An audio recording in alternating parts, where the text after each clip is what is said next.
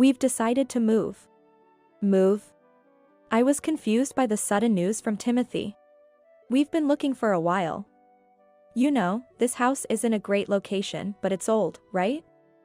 It's too embarrassing to invite friends over. And with you here, it feels like everyone is walking on eggshells. My eldest son and his wife just say whatever they want. Apparently, they are moving to a luxury apartment.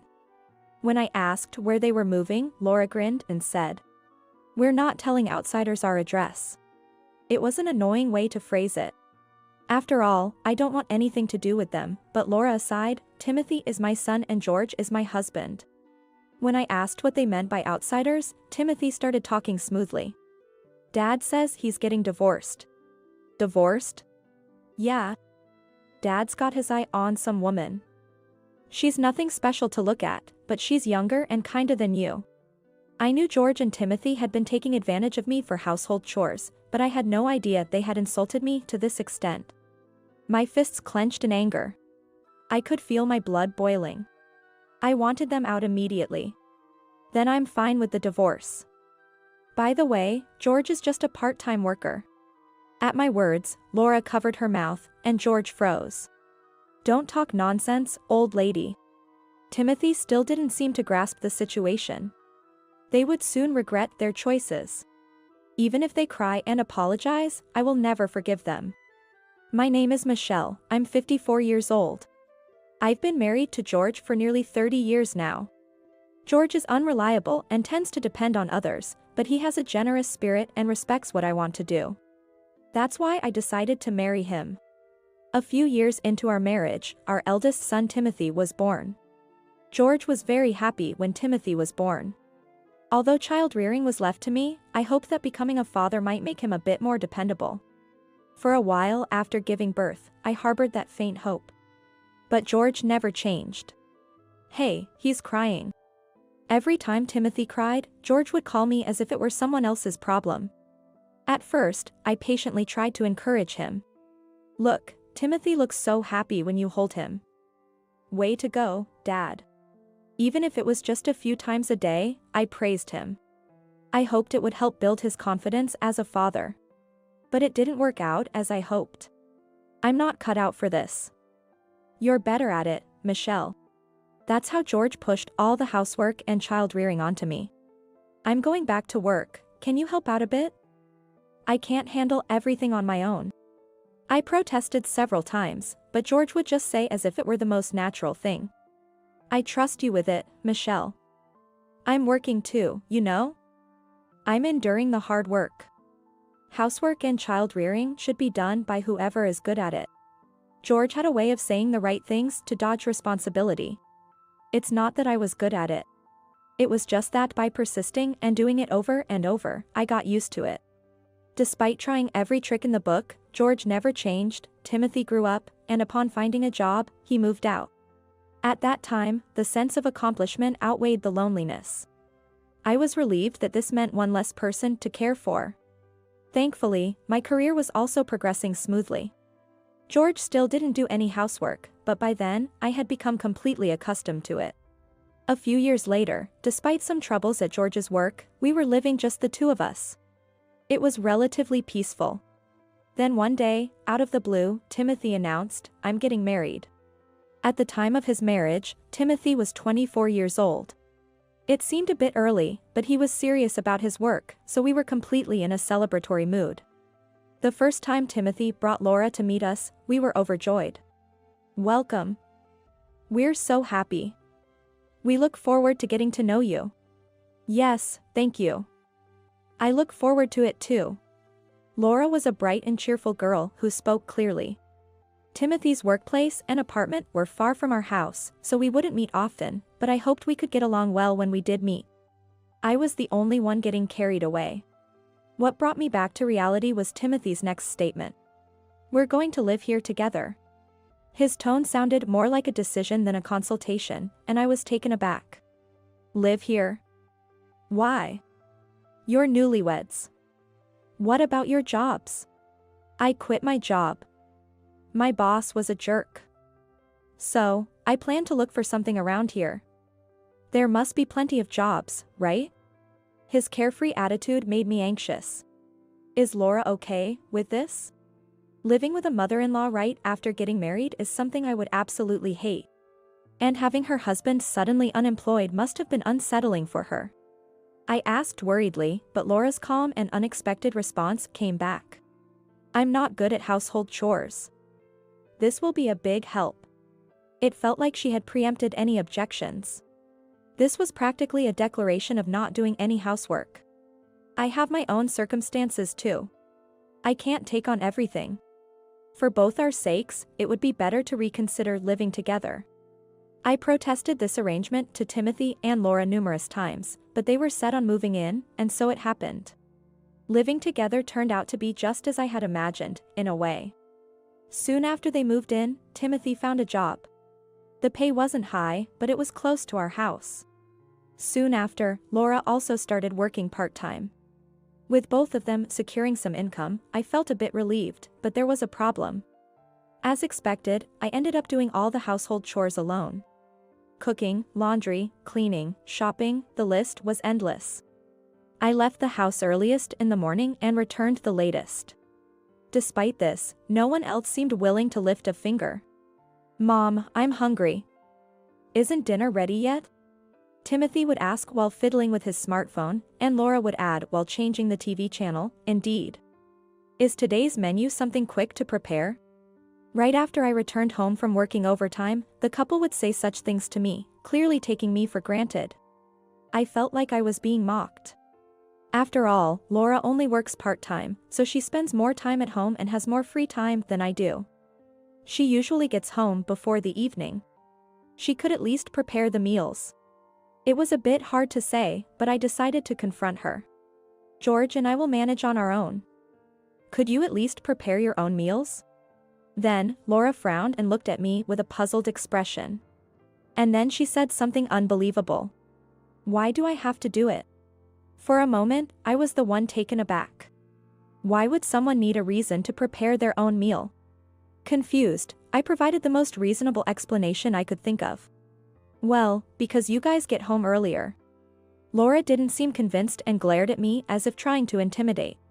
Even if we come home early, we're tired, you know? Why would you say such a terrible thing to me when I'm just trying to rest? I felt like I was talking to someone from another planet. I wanted to throw her own words right back at her. In fact, I found myself saying it out loud without thinking. But I'm tired too. Laura just scowled and tilted her head, unimpressed. So what? What? Even if you're tired, isn't it a mother's job to push through for her children? Why are you trying to push that responsibility onto me? How absurd. How old is she? I'm not asking her to cook for someone else. I'm asking her to cook for herself and her husband, Timothy. Of course, if Timothy were home earlier, I'd ask him. But Laura is by far the first one back. I had no idea she would refuse to prepare even her and Timothy's meals. Perhaps I've been too lenient. Reflecting on this, I decided to be a bit stricter than before. Afterward, I repeatedly reminded both Laura and Timothy to help with the housework, not just cooking, but they showed no signs of change. If no one else is going to do it, I end up doing it myself, which is a flaw of mine. Maybe it's just my nature, but I can't just sit back and ignore it. Thanks to that, I had to push my no longer young body to manage both work and household chores. If things continue this way, I might collapse one day. I even tried talking to George about it in desperation, but he just said, "It's not my problem. Keep at it," and turned a blind eye.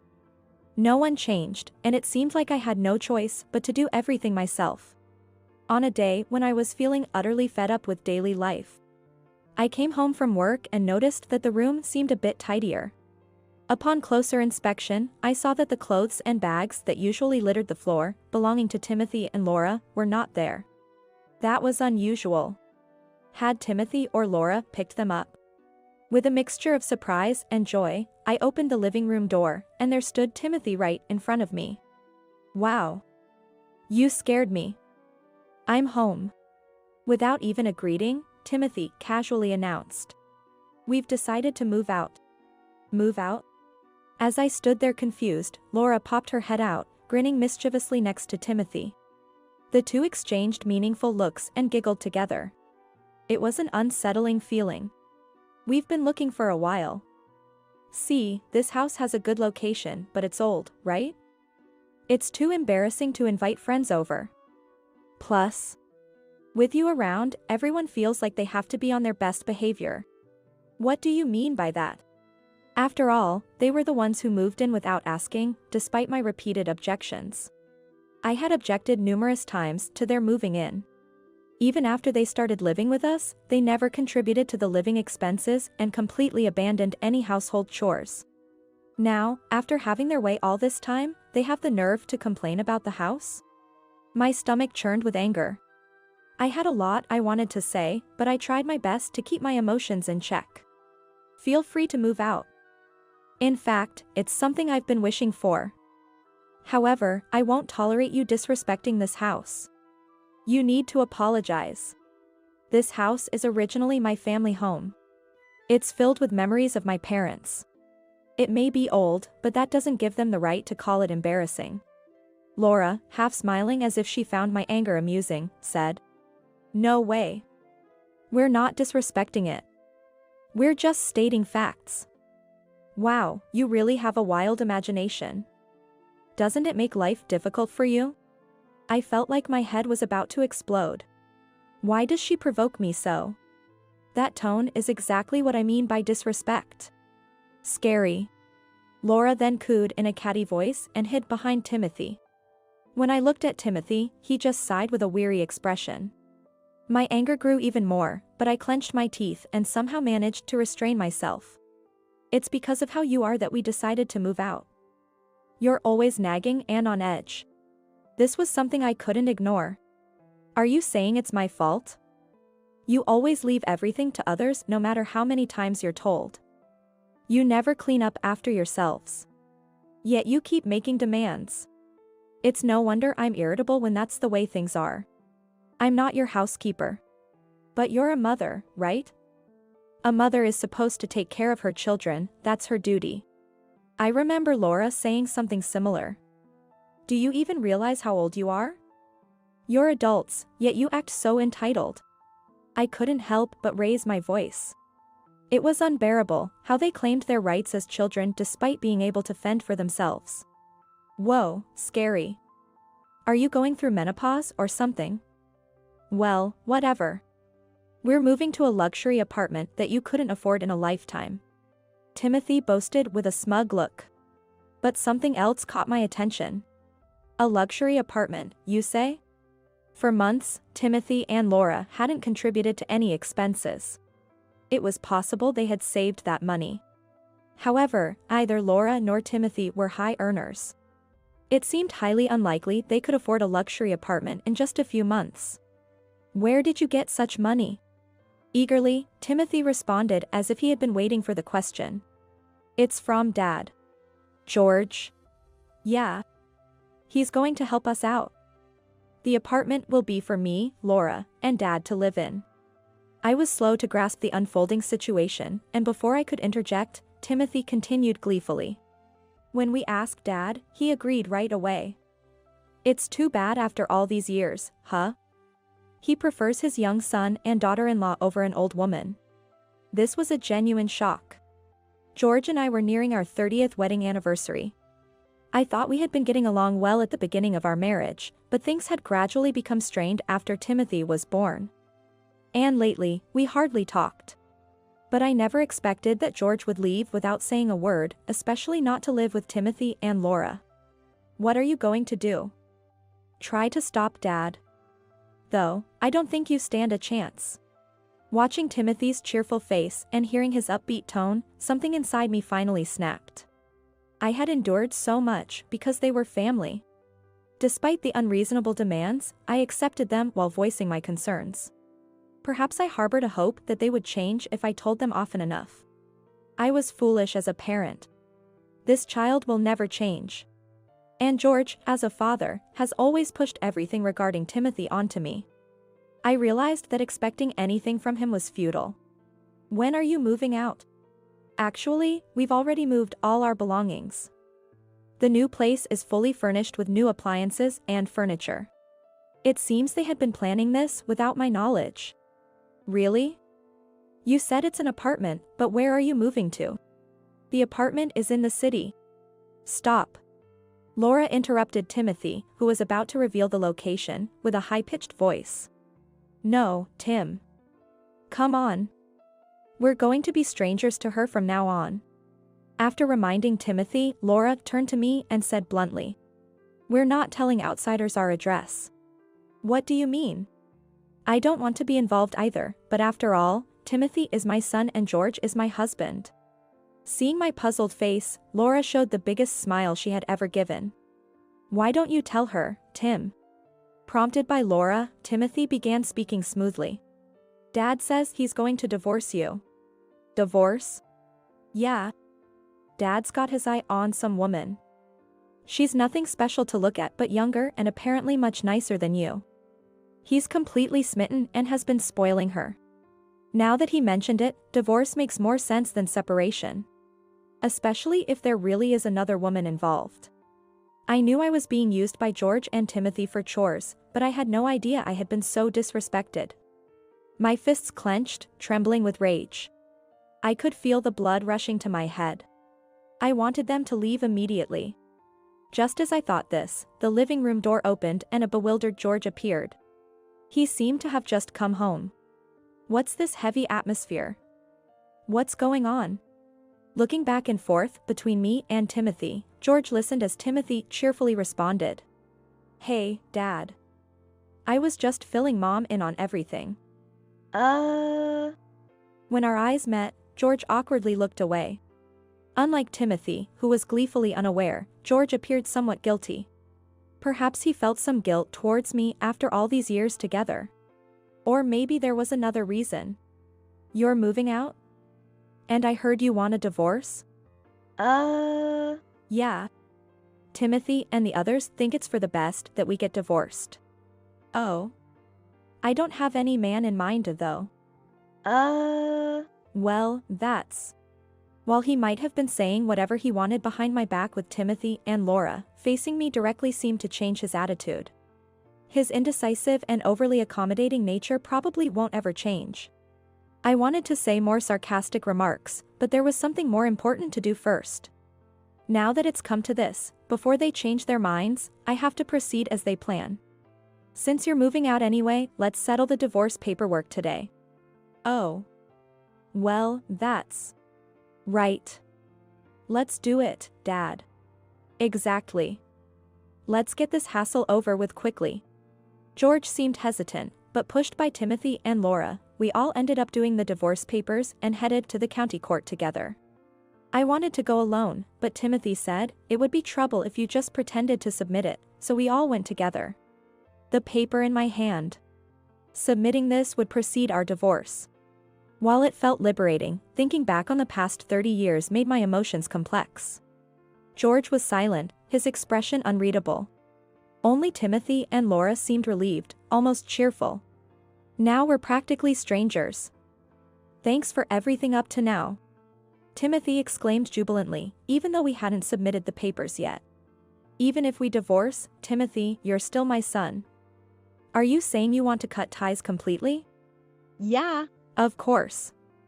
I can't stand the thought of you coming after us for care or anything later. His blunt words stirred something inside me. No matter how much trouble I might face in the future, I could never depend on you after all the humiliation you've caused. It's outrageous. Finally, when it was time to submit, standing at the after-hours service window, I turned to George one last time. So, I'm going to submit this now. Okay. With George's hesitant attitude, I felt a mix of disdain and irritation as I handed over the divorce papers. The moment I submitted this, we are deciding to be strangers. I took a deep breath and said, as if shaking something off. So, it's a divorce from my part-timer husband. I heard a murmur from Timothy and Laura behind me, but I didn't turn around. At the counter, the clerk briefly checked the divorce papers and accepted them. If there are any issues, they'll contact us later. I think it should be fine though. Well, I have places to be. I was about to leave Timothy, Laura, and George behind when Laura suddenly grabbed my arm. Oh, Michelle. What did you mean earlier? Her face twitched nervously as she spoke. It's understandable. After hearing such things, anyone would have that look. Understanding Laura's feelings, I pretended to be oblivious. Dear, you shouldn't call me like that anymore. We're strangers from now on, aren't we? And what did you mean by earlier? I spoke coldly, and Laura looked at me uncertainly. For once, she seemed unsure of herself, almost seeking confirmation with her expression. It was clear from her look. It was clear she had heard my earlier words without needing to confirm them. She simply couldn't believe it and had come to verify it. They will likely realize their mistake soon and surely regret their decisions. Thinking this brought a slight relief, and a smile naturally spread across my face. You said something about a part-time job. Laura stuttered, and I said with a broad grin. George? Oh, I've kept it a secret, but George has been working part-time at a convenience store. Isn't that commendable? Behind Laura, George's eyes widened, and he froze, while Laura covered her mouth, whispering, no way. It was a natural reaction. No one would imagine that George, who left home every morning, was only going to a part-time job. In reality, he spent mornings walking or at the employment office and worked from afternoon till evening. Learning this shocking truth, Laura was devastated, and George, realizing everything was out in the open, turned pale. Amidst this, only Timothy was laughing smugly. Don't talk nonsense, old lady. He probably thinks I'm bluffing. With a smug look, he snapped back. Dad working a part-time job? No way. Oh, but it's true. Right, George? Ever since George retired last year, he had been reluctant to work and remained unemployed for a long time. It was only about 6 months ago, after much persuasion from me, that he finally started working part-time. Timothy and Laura moved in afterward, so they were unaware of this. Out of respect for George's pride, we kept it a secret until they noticed. That's, well, yes. What? Really? George nodded, sweating profusely. Seeing his confirmation, it seemed they finally grasped the reality. Timothy and Laura's faces turned pale as they looked down. They should see the reality now and regret their deeds. I can no longer even muster the will to sympathize with them. These are the people who exploited me and looked down upon me, then hurried to cut ties when it suited them. Whether they face turmoil or suffer, it doesn't matter to me anymore. I was about to leave quietly when Timothy called out to stop me. So, how have we been managing the living expenses for 4 people all these months? You're the one asking about living expenses after not contributing anything? I was so appalled that words failed me at first. Struggling to get the words out, I finally said. I was the one earning the money. Timothy blinked in disbelief. What? That's impossible. How could you support a household of 4? That's not something you could do. You know I've been working from morning till night, right? So why do you think it's impossible? But, Mom, you're a woman. Even if you were a full-time employee, the income would be limited, right? You earn that much? Yes. Since becoming an executive, I've been receiving a substantial executive compensation. Executive? Timothy's eyes darted back and forth, clearly struggling to accept the revelation. They likely can't believe that someone they looked down upon was actually an executive. The father they relied on turned out to be just a part-timer, and the mother they discarded was actually the high earner. You should have told us. Did Dad not know either? Yes. You and your father have a tendency to depend on others too quickly. That's why I didn't tell you. I see. But now we're relieved. Relieved about what? Timothy patted my shoulder, smiling. Dad can go back to his old house, and you can come live in our apartment. What? What a convenient arrangement. Abandon George when they think he's penniless, and try to latch on to me when they find out I have money. Thinking this was the child I raised fills me with dismay and anger. How could you think that's possible? I already confirmed with you, didn't I? We're strangers from now on, right? That is. But then, who's going to pay?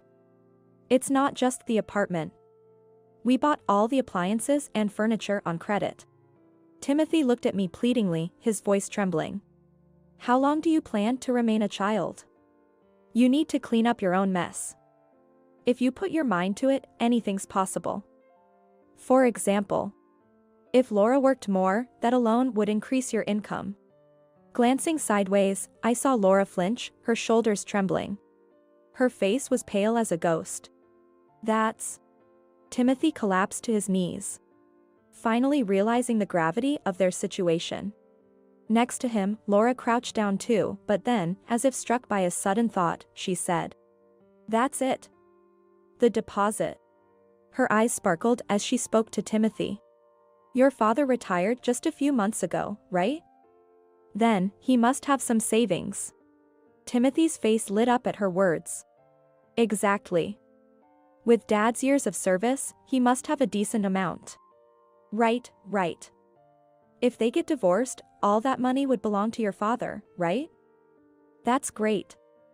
I'm so relieved. Of course. It's Dad's, it's ours. Timothy and Laura gleefully celebrated their newfound solution. Do they think the world revolves around them? Even before marriage, that might be one thing, but income earned after marriage is considered marital property and subject to division. Probably. What? What are you talking about? It's Dad's money. Really, how awful. How much of a money grubber can you be? You're already divorcing, right? We're strangers. And yet you talk about sharing and taking money, that's just wrong. Timothy and Laura were furious, unable to accept the reality. They're quick to dismiss their own faults while freely criticizing others. My patience with them was wearing thin. I took a deep breath to calm myself and stated firmly. First of all, there's hardly any savings left. What? Why? George only worked at his last company for a few years, so the savings wasn't much to begin with. George frequently changed jobs. Whether it was because the work was too demanding or due to poor relationships with colleagues, the reasons varied, but essentially, he never stayed long at any job. Like father, like son. Damn. What about other savings? Your savings, Mom. Those should be part of the property division, right? Whatever was left has significantly diminished over these past few months with you two eating for free here. So, it looks like Dad is pretty much broke. It seems so. Timothy and Laura looked at each other, trembling, and then Timothy suddenly grabbed George by the shirt front. It's your fault. How dare you deceive us? What are we supposed to do now? You have no money, and you are going to live with us.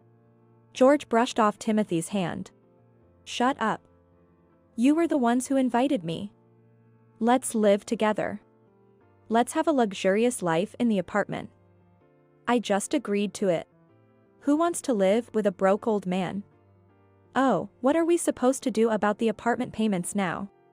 An ugly fight had erupted right in front of me, with the father and son at each other's throats. It seems like the misunderstandings arose because they both relied too heavily on each other's money. That's ridiculously absurd. Well, it has nothing to do with me. I'll contact you through a lawyer again. As I waved dismissively, Laura frantically approached me with a desperate look. You can't be serious. Are you just going to leave it like this?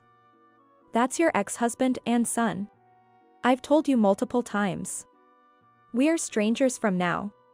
But besides, you were the ones who said it first, right? That I'm an outsider. Don't worry. I don't even care about the address anymore. We're strangers, after all.